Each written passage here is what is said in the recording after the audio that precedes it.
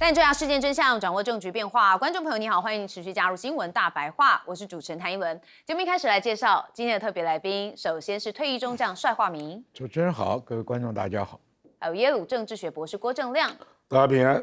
以及政大外交系教授吴崇涵。舆论好，大家好。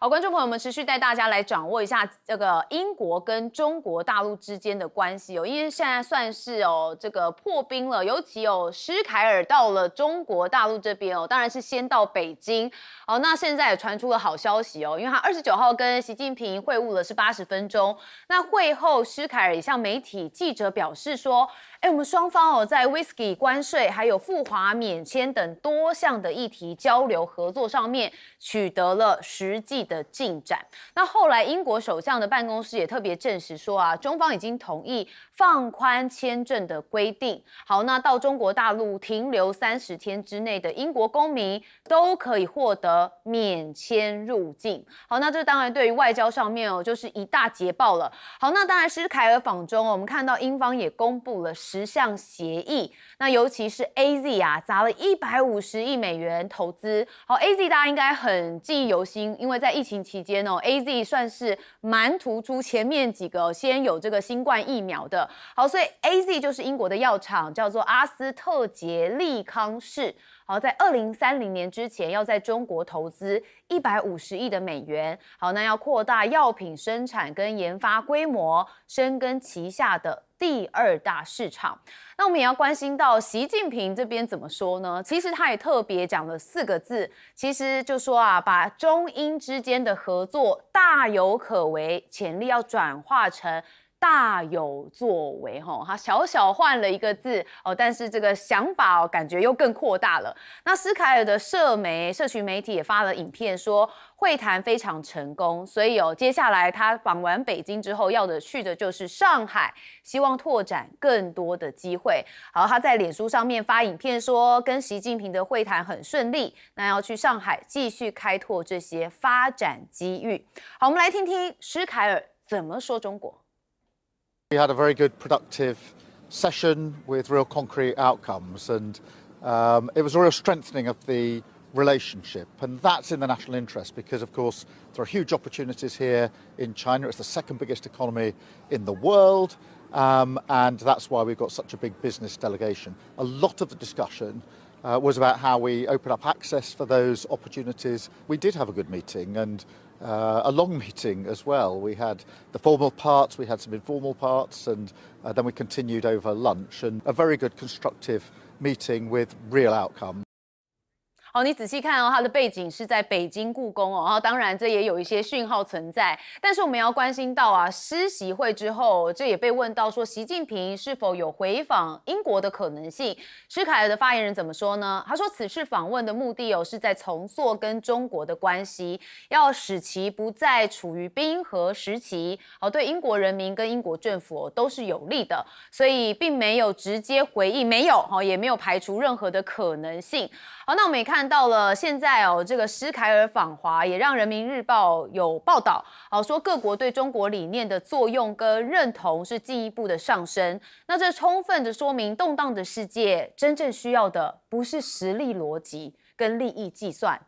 而是始终坚定地站在历史正确的一边，要站在人类文明进步的一边。好，当然意有所指嘛，刚刚一轮话的实力逻辑跟利益计算在讲哪一个霸权大家应该也感觉得出来。好，但是现在欧盟也要去美化所以英国的部分会包含在整个欧盟的体系上一起看因为是欧洲国家的之一。那现在欧盟的部分就是想要拓展多边的贸易，那寻求像加国卡达来采购液化天然气。我们看到，就是因为川普他威胁要拿下格陵兰嘛，所以促使欧盟也要采取一些行动，那要减少对美国的依赖。一方面就是要寻求跟美国以外的国家采购液化天然气，那同时也要升级跟越南的外交关系，那以强化贸易的连结，还有分散市场。好，所以我们就来看到欧盟这边的国家，包含的是德国总理，他现在就放话说，我们不是川普的下属好，现在感觉这个欧盟国家还有欧洲国家都醒了哈，硬起来。好，他这个叫做梅尔茨啊，德国的总理就特别讲说啊，德国不愿意在政治上面屈从美国。好，作为民主国家，我们是合作伙伴跟盟友，不是下属啊。那对美国合作的大门始终敞开，但这必须是基本准则。好，所以现在跟美国的关系看起来越来越要翻桌这个翻桌的态势正准备启动当中。好，那当然经济学家克鲁曼也特别讲说，美国是个恃强凌弱，导致与其他国家的经济关系生变，所以他觉得这个世界正朝着跟美国离婚的方向来迈进。好，那美国将面临从富强转为贫穷的后果。好，那川普不只是对这么多的国家有一些这个论点有一些争议，其实他的邻居加拿大也是对他非常感冒，因为现在川普就想说你加拿大喜欢跟中方嘛有个什么贸易签署嘛没关系我再用关税再治你。他又亏了他的关税大棒。他在29号在他的Truth Social的这个社群发文，指控加拿大拒绝为美商湾流航太公司制造的商务喷射机来提供认证。好，所以他说要宣布撤销庞巴迪跟所有加拿大制造飞机的认证。所以他同时也警告，如果你加拿大不能立即纠正，将会对销往美国的任何还有所有加拿大飞机加征50%的关税。好，反正川普任何的武器就是用关税来解决，所以再度对加拿大开刀。那甚至现在也有报道说其实美国政府有想要列解加拿大，好，因为他们早在去年4月就跟加拿大富裕省份亚伯达推动了独立运动的极右派分离主义者3度来会面。好，那这个团体有一个计划他们是寻求在今年2月要跟国务院还有财政部官员再度会晤。好，为了什么？就是拿钱他要争取一笔5000亿美元的信贷额度，好，将为通过独立公投的亚伯达来提供资金。好，那我们看到加拿大这边的这个卡加利保守派的智库发言人则说美国官员这个举动就是试图要进一步的破坏加拿大的稳定。好，所以很多人说，怎么感觉这个川普上任之后，这一年过得好慢因为每个世界各国都在列解，还不是川普惹的祸。好，我们先问亮哥。没有啦，每天都过得很兴奋是我们的题目才可以比较多对，大家都很兴奋。我觉得欧陆国家有自己的立场不意外，可是现在连续2个国家都是五眼联盟的核心都是 Anglo-Saxon， 加拿大、英国，他们2个人做的动作比澳大利亚还大所以你想原因嘛？我觉得加拿大因为就是美国的邻居嘛，那突然这个美国对他采取这样的一个动作，他是高度求自保啦。那英国不太一样，英国因为他在脱欧之后，他要寻找自己的新的空间，那他当然是瞄准亚洲嘛。而且英国在参加大英国协的国家有很多是亚洲国家，比如说印度、新加坡、马来西亚那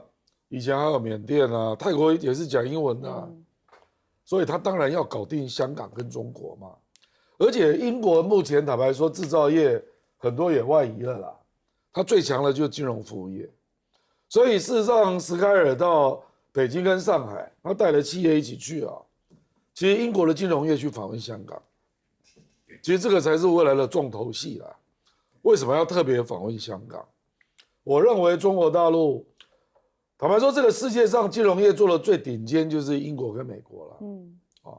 那美国因为牵涉到这个中美争霸的问题，然后美元霸权的问题，所以中国大陆很可能会选定英国作为金融业的合作对象。而且金融业其实有几个领域，英国真的是世界第一了比如说金属期货比如说那个海事保险，英国都是第一那跟中国的合作就很大所以我觉得香港一定会跟英国有相当多的一些协议就金融业的那我觉得事实上中国大陆还要英国做出承诺才让他到中国所以斯凯尔也做了排除万难，同意了中国在伦敦盖那个超级大使馆。那我觉得北京也看到他的诚意了，所以呢，我觉得一定会拿出不错的成果给他了啊。比如说，30天免签就给了，对不对啊？whisky 降关税也给了。其实从这里你也可以看出来，英国没什么制造业。whisky 就是它基本上就是金融服务业最强。那另外它也带了一个文化创意产业区啊。可是那个毕竟不是讲中文嘛，所以那个市场还是有限啊，不像那个 K-pop 在中国市场很大啊，所以我觉得最后一定会落实在金融服务业。那 AZ 也是一样，我觉得 AZ 啊，因为它向准了美国要退出 WHO 嘛，那未来世界卫生扮演重要角色了，很可能会是中国，所以你看它要大量投资中国。就要补足那个疫苗研发这个空间了。所以你看政治的局势变化，其实也牵动的商业金融这整个是一起震惊。崇涵教授怎么看？加拿大的卡尼他在达沃斯讲美国没有一个是正常，加拿大非常感冒，非常生气。卡尼也很敢讲，其实美加关系我们知道，他慢慢也没有说在离婚但是慢慢的在经贸上面，加拿大也想展现他们的经贸主权。去年2025年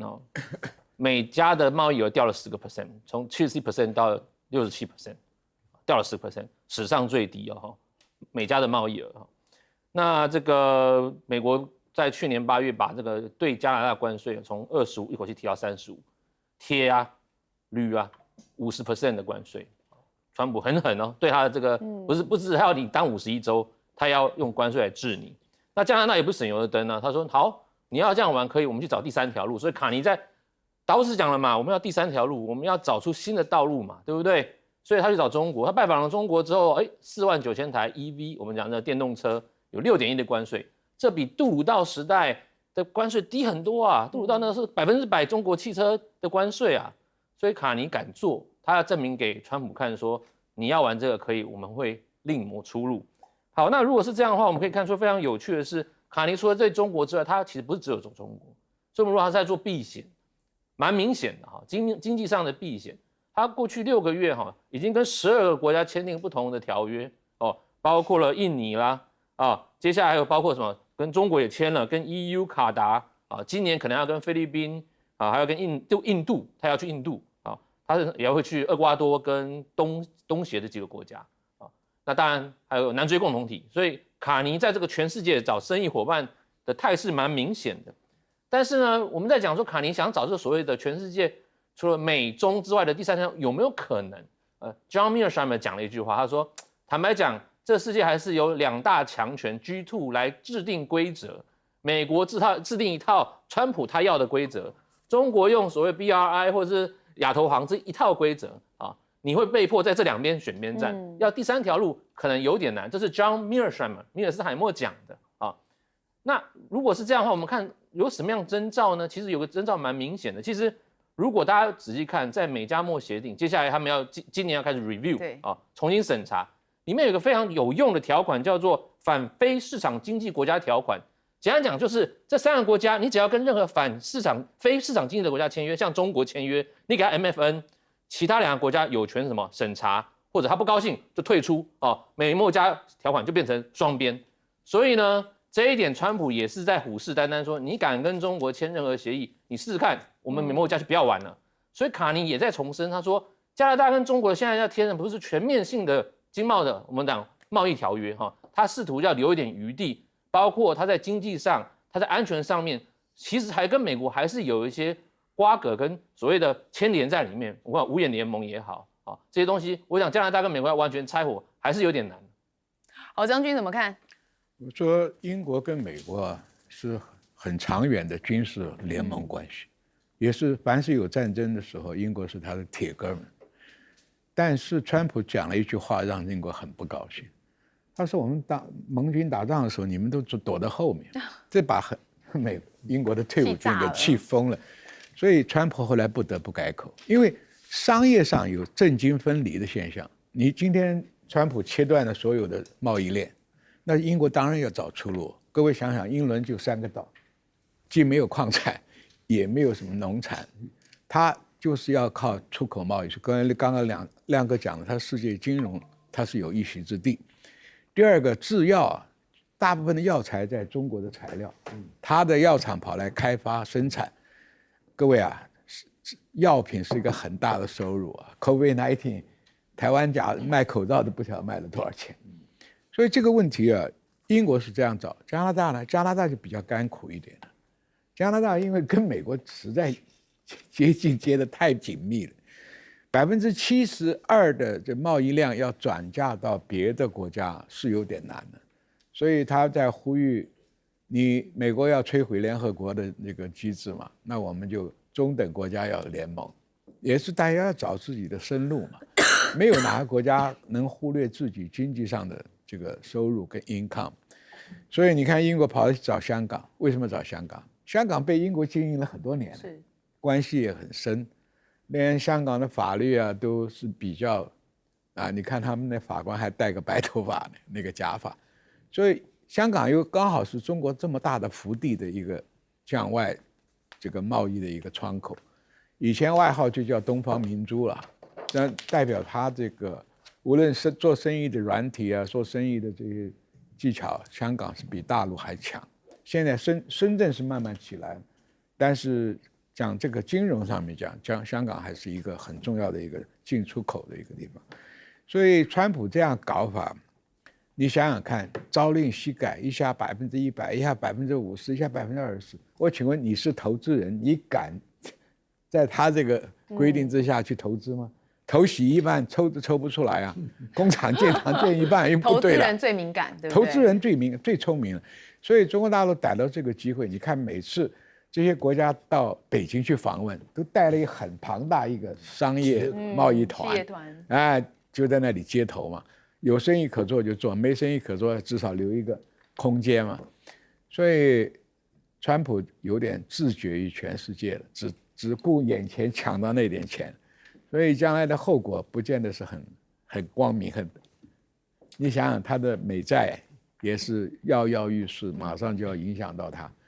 再跟你今天如果大法官再给你宣布是违法，那川普可就很惨了。现在共和党的这个民意也有点转，所以他这个期中选能不能过关呢？你晓得美国是一个金主在后面掌握的一个国家。游说团体特别厉害，所以我们看嘛，就是到今年年底我看世界还有一个更大的变化。对，确实今年我看起来就是每个国家都可能会有不同的天翻地覆的改变。我们休息一下，马上回来。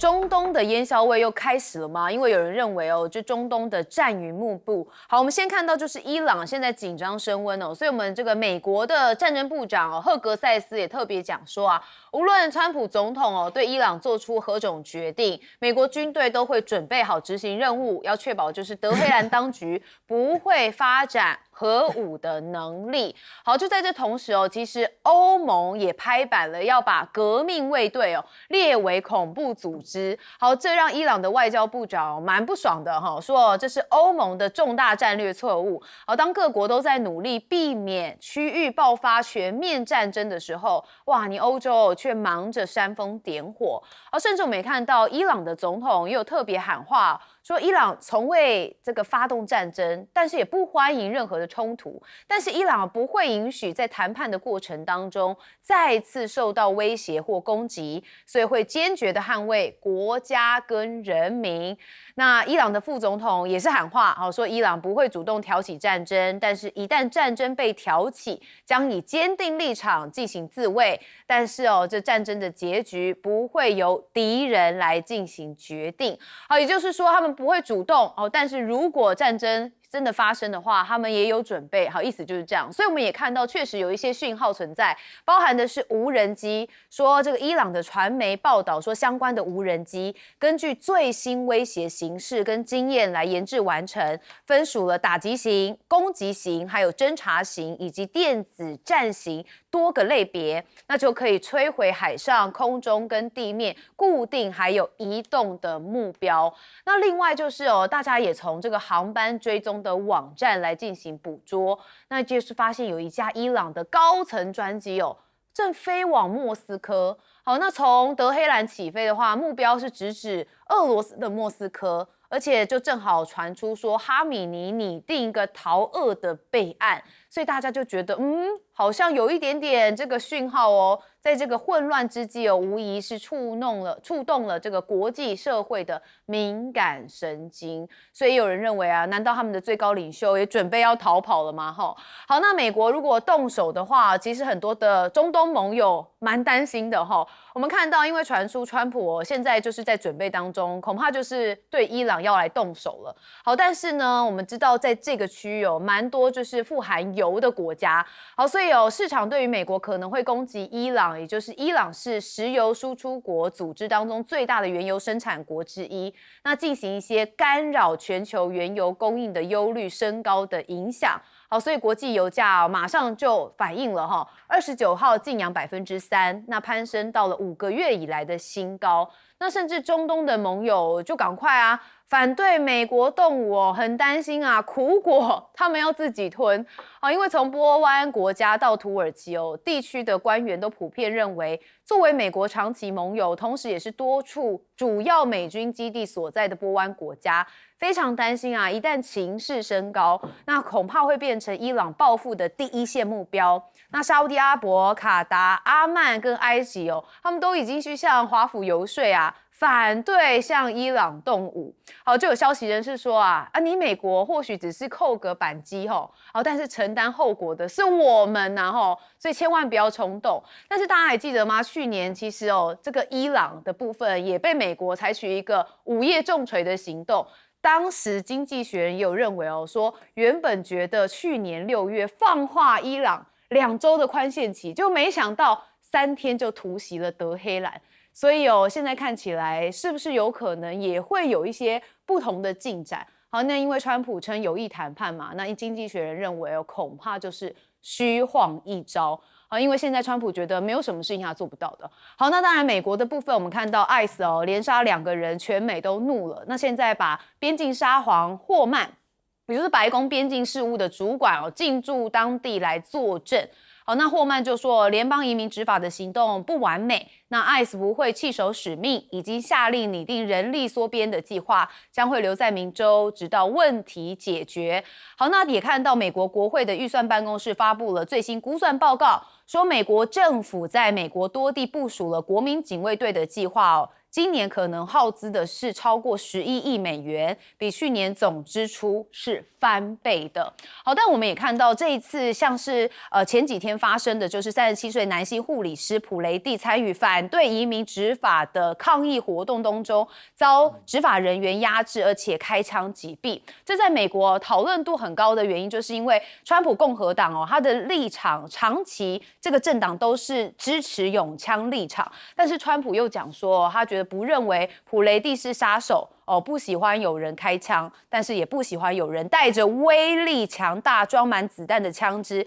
去参加抗议活动，而且他的2个弹夹说都装满了子弹，这样不好。好，但是对他而言，他越说漏洞越大，大家又觉得你共和党之前不是这样讲的怎么事情发生之后才会一直这样圆这越圆谎言越多。好，当然我们看到一开始的中东的部分，尤其伊朗，我们一样先问亮哥。伊朗，美国是骑虎难下啦，因为吹牛吹太大你要打伊朗又没有把握能够推翻政权，因为最近哈梅内伊已经不见了，有人说已经躲在地底下地堡。那你没有办法推翻革命卫队政权那你炸伊朗是要炸什么？那唯一就是承认上次轰炸失败吧。就上次你炸伊朗的核设施，讲白了没有炸到嘛，所以这次只好再补炸，不然你有什么逻辑要炸呢？因为政权你又推不翻，事实上以色列跟美国的情报单位都认为没有办法推翻政权，所以你要炸，你就要找到理由啊。据我了解是没有炸到了，有人说只到了60公尺，炸到空气中间会有辐射层的，就是没有，没有就代表没炸成功，没有炸成功，所以他在找借口。对，可是问题就是啊，那另外也在跟总理谈啊，问题是为什么谈判条件谈不通？因为你美国要自己清楚，伊核协议是谁退出的？不就你川普吗？那伊核协议退出之后，欧洲其实很不乐见。那个时候的核浓缩，伊朗只做到3.67，那个时候伊朗愿意接受管制啊，那你只要经济制裁取消嘛。结果川普一进来就把它取消了，自己退出啊。然后呢，伊朗就在这几年核浓缩啊，听说做到60%。那你现在是要谈什么？你要人家退到3.67吗？世界上有这种事吗？那这几年呢，伊朗为了自保，也做了大概2000枚导弹，那这个怎么向后退？所以美国现在的问题是在于啊，所谓伊朗的核谈判，希望伊朗做出让步，是让到哪里啊？因为他现在也没有制造核弹啊，他没有核武那你指的条件是什么？如果回到奥巴马最后那一年签的，那就是核浓缩停在3.67啊，不能往前走啊，他遵守啦。就你川普不玩啊，你2017年就退出了你不要忘啊，2017到2026这8年，伊朗当然有所发展嘛，那你要叫人家退到2017啊？世界上有这种事啊？对川普来说就有这种事因为他觉得这全世界他主导的。将军，以美军的部署跟实力，他已经有了开战的准备，现在迟迟没有动手，就等着谈判，看你能够答应到什么条件。因为美军估计的很精准，你伊朗这么大的国家，人口这么多，你要陆军上去占领、管制，那又是陷入泥沼，划不来。他只能用导弹、空军轰炸加以色列一起来啊，那你也只能清除掉定点的几个目标，所以美国也在犹豫了。当然，我们看过那个拳击赛，两个拳手一上擂台就先骂对方，我今天要你死，明天要你，姿态是摆足了。骨子里面，双方你看，伊朗的总统跟他的国防部长都认为有和谈的希望有和谈的空间。那么又给自己打个预防针啊，不要丧权辱国，不要再羞辱我。那这个状况跟你谈，但是就看川普的算盘还是最后这个经济的问题。是你伊朗虽然产油不准你卖给俄罗斯，或者不准你卖给中国，这也是他的大国博弈里面一种收获。沿着讲起来，美国没有什么东西需要从伊朗进口的，对，什么关键物质都没有嘛。那就是说要维持它的霸权，你像委内瑞拉有石油，你伊朗也有石油，你们这两个都是支持俄罗斯跟中国的生产的一个能源，所以他从这方面也可以获得这个。伊朗看他怎么答应这个问题了。第二个，旁边的几个很有钱的阿拉伯兄弟啊，不希望打起来的话，可能他们都会航运也受影响，洪布兹海峡也是很重要的。所以这些问题错综复杂了。现在是姿态摆的十足，这些我们讲的叫 bluff 的游戏，看谁吓到谁。这个问题，所以伊朗摆出一副草鞋的不怕穿你皮鞋的。我所有飞弹伊朗的无人机做得不错，像俄罗斯还大量引用，也在俄乌战场上学到一些经验教训。所以以色列也不要太高兴。上次已经把你的防空网的空隙都摸出来了，所以以色列的飞机场啊，这个特拉维夫很多建筑都被打，可见是有些忌惮的。因为你搞到以色列现在的生意要不要做，一直在一个动荡的状况之下。以色列也是国土狭小，也是靠外贸，对不对？所以这个问题就是一环扣一环，怎么样抓到一个东西对你有影响，就谈成了嘛。是，所以这个中东的布局跟中东的战略本来就很困难。崇涵教授，我觉得最近要看明尼阿波利斯哈，美国这个地方，我觉得未来是一个非常动荡的地方。明尼阿波利斯我们知道它叫双子城，密西西比河左边叫 Minneapolis， 右边叫 St. Paul， 它是2个城合在一起的。这地方上礼拜呢，那个 Prady 被射死了，大家有看到那个 video， 他直接把地上把他打死。对，1月的时候，他们又打死一个37岁的妈妈，好叫古德。这2个事情让他们的人民5万人哦，在零下20度起来跟你抗议，他们人民受不了了。ICE 这样随便可以杀死人吗？各位观众，如果你还记得2020年弗洛伊德那个案子啊，那个警察叫 Chauvin， 他把弗洛伊德压在地上，让他窒息而死，那个事情也闹得很大，也是在 Minneapolis。好，那我们要知道为什么 Minneapolis 变成是一个那么的反对川普，那么的觉得 ICE 十恶不赦呢？我觉得这可以跟他们的政治、跟他们的地方的政治哈，还有整体的氛围有关。好，我们来看第一个，民主党在Minneapolis，它不叫民主党，它叫做民主党农民劳工党，它是一个非常草根性的一个联合政党啊，所以在那边呢，他们有非常草根、非常左派的想法，他们甚至跟Minneapolis州政府哈，要他们讲说不要跟联邦的 ICE 合作，跟他们唱反调啊，这是一点。第二点。如果各位我想记得，1976年以来哈，有一个州都没有投给共和党，就是明尼苏达州哦。甚至1984年雷根选举的时候，雷根拿49州哦，明尼苏达州照样投给孟戴尔，你就知道那边很蓝，很蓝啊，西东哎哈，很蓝哦。再来，最重要的是，川普这一次他在明尼苏达州也没有吃到任何便宜啊，他拿到了大概46% 的票而已。好，贺锦丽跟那个沃茨拿到50.9%，非常强大哈。那其实最大的问题是，最近我们发现它明尼苏达还有一个非常大的，就是它人口结构，它有最大的索马利亚的移民，还有第2大的苗族的移民，都在 Minneapolis 啊。那前阵子有发生一个案子，就是有贪污案就是他们有个叫喂养我们未来计划，是一个联邦计划给这个各州哈你去申请的。Minneapolis 他们拿了10亿，有人贪污了10亿，然后你被发现里面有许多是有索马利亚选出来的议员有涉案在里面。那川普很生气，他说你们这些索马利亚人都是垃圾，我要取消给索马利亚难民的庇护，我要去抓那些难民。所以你就会发现那 ICE 专门去什么去追那些看起来是索马利亚的难民啊、移民啊、苗族的后代，甚至那些黑人，还跑到人家家里面，你让整个明尼苏达的人民非常的反感。所以为什么这一次连打死了2个之后，川普说你们那些极左的、左交的都在挑战我，我要治你明尼苏达。那当然，我们知道这个明尼苏达候选人的沃茨，他可能接下来不想选州长了，因为这个贪污案。但是我觉得接下来，美国会不会有内部的动荡，要从明尼苏达州看起。好，我们休息一下，马上回来。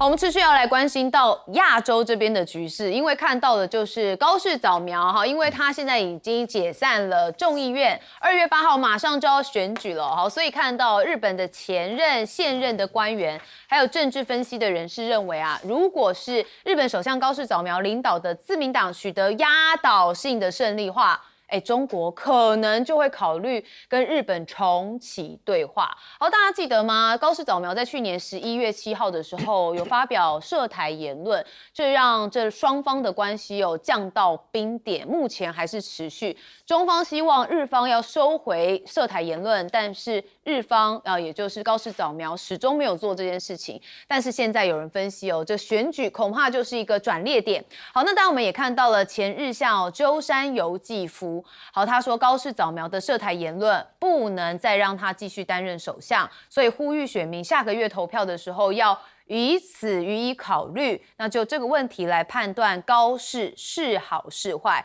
好，不过鸠山由纪夫的政党跟高市早苗是不一样的政党，而且它必须属于对立的哈。那当然就是所谓的在野党。好，那我们也看到了百度热搜啊，其实呢一度冲高到热榜上面的就是宝可梦踩靖国神社红线，不是初犯。哇，什么事情宝可梦跟靖国神社可以联奏会呢？好，原来是宝可梦计划在1月31号在供奉日本甲级战犯的靖国神社举办相关活动。好，这件事情在中外社交的平台上面迅速的引发了关注。那宝可梦官网在社群媒体上面也受到大量的声讨，说这个活动资讯迅速的下架，活动页面已经无法存取了就看不到了。那在靖国神社问题上面宝可梦他们报道说已经不是初犯了。好，所以针对靖国神社又跟宝可梦，虽然它只是一个卡通动画但是因为牵扯到了靖国神社还是引发了中国大陆这边很多的民众关心。好，但是中日之间的关系还是蛮紧绷的我们看到在央视的报道上面，2021年2月1号，中国大陆的海警法正式颁布实施，所以中国大陆的海警局30号举行了海警法颁布实施5周年海上执法的专题谈话。好，那针对就有讲到的是钓鱼台。好，那这是中国大陆海警局局长张建明他说5年来，中国海警累计动用了舰艇55万艘次，航空器6000架次，遂行海上维权的任务。那其中组织钓鱼岛领海巡航是134次，只有2025年钓鱼岛巡航天数达到了357天。那当然，现在外界很担忧日本可能会强登钓鱼岛。好，这件事情中国大陆的国防部有相关回应。好，那我们先看到说，这个日本的冲绳石垣市的这个议会通过了涉钓鱼岛的条例，那宣称对钓鱼岛还有其附属岛屿跟周边海域的永续发展要进行所谓的管理。好，但是呢，这件事情就让中国大陆的国防部严正的声明说，钓鱼岛的主权不容侵犯如果日本你铤而走险，将会面临海警压制军事威慑还有经济反制3重的压力。好，那这件事情看一样中国大陆的民众非常关心，也登上了百度热搜，一度来到了第1名。好，那中日之间不只是钓鱼台的问题，冲绳其实也有一些状况。我们看到共舰频繁的出入冲绳，那海自第2大舰魔舟跟狮子岛扫雷舰警戒当中，那也考量台湾突发的事态吗？日本冲绳县实施了沙盘推演，正在确认民众的疏散步骤。好，我们看到冲绳县政府在今天应该是昨天29号这天实施了沙盘推演，那确认仙岛群岛5个市町村的居民等大约12万人疏散到县外的步骤，那防备遭到他国武力攻击的情况。那这项推演是设想出现了中央政府认为的武力攻击预测的事态可能性。那县政府设置了危机管理对策总部，确认了把居民转移至9州各县还有山口县的路线。那也预想民间企业的合作之下，要确保飞机跟船只一天可以运送大约是2万人。所以看到中国大陆的威胁吗？是不是有让日本稍稍紧张呢？好，那当然也看到了南韩也有跟日本有一些合作。因为南韩空军的黑鹰特技飞行队28号首度降落日本冲绳的那霸机场。好，那由航空自卫队支援加油的作业，那还表演这个特技飞行队蓝色冲击波来交流，希望增进互信、深化合作的关系。好，那讲到南韩，大家也会关心到这个关税啊。之前川普不是说，要把人家关税提高吗？现在状况是如何啊？因为呢，韩国的部长级紧急赴美会卢特尼克结果双方谈不出结论。好，说到这是美东时间29号下午5点抵达了华府的美国商务部，好，跟卢特尼特谈了大概是1个多小时的时间。好，在6点24分晚间的时候走出了商务部。那会后，那韩国的这个官员就跟媒体说，讨论了很多议题，明天早上还要再次会面，目前尚未得出结论。好，那大家就分析美方拿韩方立法进程来发难，反映出南韩对美投资计划推进不利的不满，意在施压韩方，那促使有关的计划要尽快的落实。但是关税的重击确实，现代汽车在2025年的营业利润则是大减了将近20%。好，那我们看到一开始的这个日本的选举跟中国现在有人认为会有对话的可能性跟空间。我们先问亮哥，这个一听就知道是助选语言啊，是绝无可能啊！你去看啊，韩国李在明刚去过大陆，加拿大、英国都去，那都先要对中国释放出善意，人家才有可能跟你接触啊。然后你高市早苗，即便你是多数了，你没有撤回之前的台湾有事、日本有事的言论，你要去幻想中国会跟你接触，简直是做梦嘛！如果这样想，那这个官员应该这个选举结束就要赶快离职啊！这完全错误了。而且中国大陆已经把这个事情上纲成对付日本极右翼了，而且招数才刚开始，怎么可能停止？比如说这个稀土管制才刚开始而已啊，而且要扶持韩国打压日本也刚开始啊，怎么可能停？日本如果不撤回前面的言论，这绝无可能啊！我跟你讲，中国大陆现在跟全世界都在善意交流之中啊，他们也自己说这个是这个美国川普乱搞，结果产生一个中国外交的机遇期嘛啊，可是没有包括日本跟菲律宾啊，这2个国家除外啦，除非你改变自己的态度了，这是不可能的事嘛。所以我觉得这个太异想天开了啦啊！那当然，这个鸠山由纪夫当然不希望高市早苗赢啊，是啊，可是有些事情你是挡不住的啦，因为在野党太弱了啦。那个中道联合，我到现在不知道他在干什么哦，所以我认为自民党过半几率是存在的啊。我到现在没有看到任何中道联合会赢的因素了。你觉得谁代表他？野田佳彦在路边那边发传单，一个人呢，整个党的气势在哪里啊？我就感受不到啊。国民党也不知道该讲什么，然后立宪民主党也不知道干什么啊。整个日本的焦点都在高市早苗身上。那昨天那个小泉又出来讲，2个人都越讲越硬，对中国大陆。所以中国大陆怎么可能跟他和解？不可能的事啦啊！可是很不幸啊，因为他在野党太弱了，所以这个自民党加维新会胜率还是比较高啊。这个其实这个也是给国民党参考了，就你不能太弱了，不然民进党做得很烂，你也不一定有机会了。所以不是对手太强，是自己太弱。对，我觉得是这样。并不是说高市有什么明显的政绩，不是。可是高市的诉求非常清楚，尤其第一天站台不是讲到掉泪，说什么日本要有未来啊，要敢于走出不同的路线啊，等等等啊，他很会演呐，蛮会演的。野田佳彦在干什么？国民党在干什么？我都没有看到你的诉求，那日本人当然更看不到了。对啦，这个有时候眼泪还是蛮有这个煽情的指数哦。将军，这个琉球这个议会来谈什么撤侨这些是鬼扯淡，打起仗来你还来得及撤？打仗之前先告诉你啊，我明天来，没这个事。这现在都在摆姿态，你知道吧？你看哈，大家都对这个靖国神社，为什么每个国家都有自己的英烈祠嘛？就军人的这个都有英烈祠，但是靖国神社变成一个政治非常敏感的一个问题，在哪里呢？因为这些被供在里面的很多将领是在各个战场上虐杀老百姓，残杀老百姓，把婴儿丢到天上拿刺刀戳的这种部队，纪律乱得一塌糊涂。我想年纪大一点的观众都看过以前叫桂河大桥吧，那是死亡行军，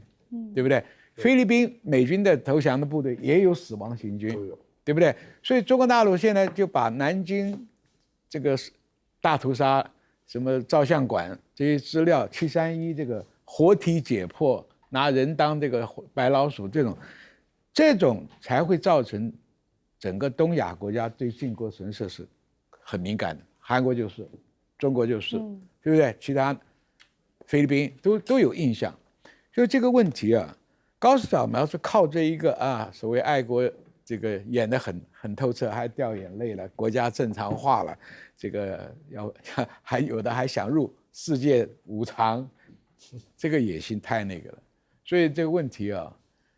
像中国大陆能花这么多钱，365天里面有339天在那里巡逻，这不是一笔很小的开销。其实要够狠的话，我根本不派海警船，派无人机，谁过来我炸谁，就是对不对？因为这个东西也是中国不可能异动的一个红线。你去碰台湾问题，那你就是跟中国为敌嘛。所以这个问题怎么下场，我们就看高市早苗还能执政多久。因为这个经济上，美国的关税又免不掉，汽车又受这个稀土的影响，永久磁铁的影响。这些都会到最后会通通压力到高市早苗，尤其现在关税那么膨胀，连吃个米都觉得日本人很好吃大米饭的，所以这些问题都会引发很多问题。所以我们讲看呢，高市早苗选完，就算你变成最大政党，也撑不了多久，经济问题是最严重。对，所以就很怕经济问题可能会反噬到高市早苗身上。钟汉教授怎么看？高市胜选中日重启对话，我觉得天方夜谭啊，应该不是他胜选的，应该是高市落选还有可能。对，你只要讲任何台湾有事、日本有事，或者是你把靖国神社当作是一个借口的首相，坦白讲，中日关系都是好不起来。对啊，之前小泉纯一郎他只要一拜靖国神社，不用讲，中日关系立刻非常惨啊。那这一次整体的选情真的是我觉得。当然，自民党可能会单独过半啊，因为我们讲这个中道改革联合，坦白讲他们太弱，而且辨识度不足，很多人根本不知道新的政党党名是什么啊，有代表性的人物是谁啊。那当然这一次高市他有一个非常厉害的，就是他知道你在野党很弱，又要弄一个新的政党，他知道趁自己的人气还高，声望还高，虽然后来往下掉了，他觉得早打不如晚打好，他立刻解散。然后给你10几天的时间准备，你也没有时间好好打选战，加上天气又冷啊，我觉得高市他可能先前有给他很多情报说这一次这样子做胜选的机会比较大，所以他才敢那么快的解散整个众议院，然后立刻来选举。所以呢，高市就在19号的记者会这样讲，他说其实这次选举呢，就是由什么全体国民，你没有主权来决定我高市适不适合做首相。奇怪，这众议院选举，你把它拉高到什么首相的信任度？所以我觉得这是他的第一个招式，就是由我首相这个母鸡带这个小鸡来胜选他很聪明，而且没过半就辞职。对，他又讲没过半辞职，这招是最厉害的，绑定，而且绑定之后，其实全部人现在只认识高市啦。你说野田佳彦，就像刚刚亮哥讲的路边888传单，第一次辩论会只看到野田佳彦出来啊，公民党那个叫什么斋藤铁夫根本没有，他不要出来都不出来了啊，所以。坦白讲，这个在野党太弱，刚才亮哥讲的，在野党太弱，人家看你不起，敢立刻解散，我们立刻选，这是他们的最主要的。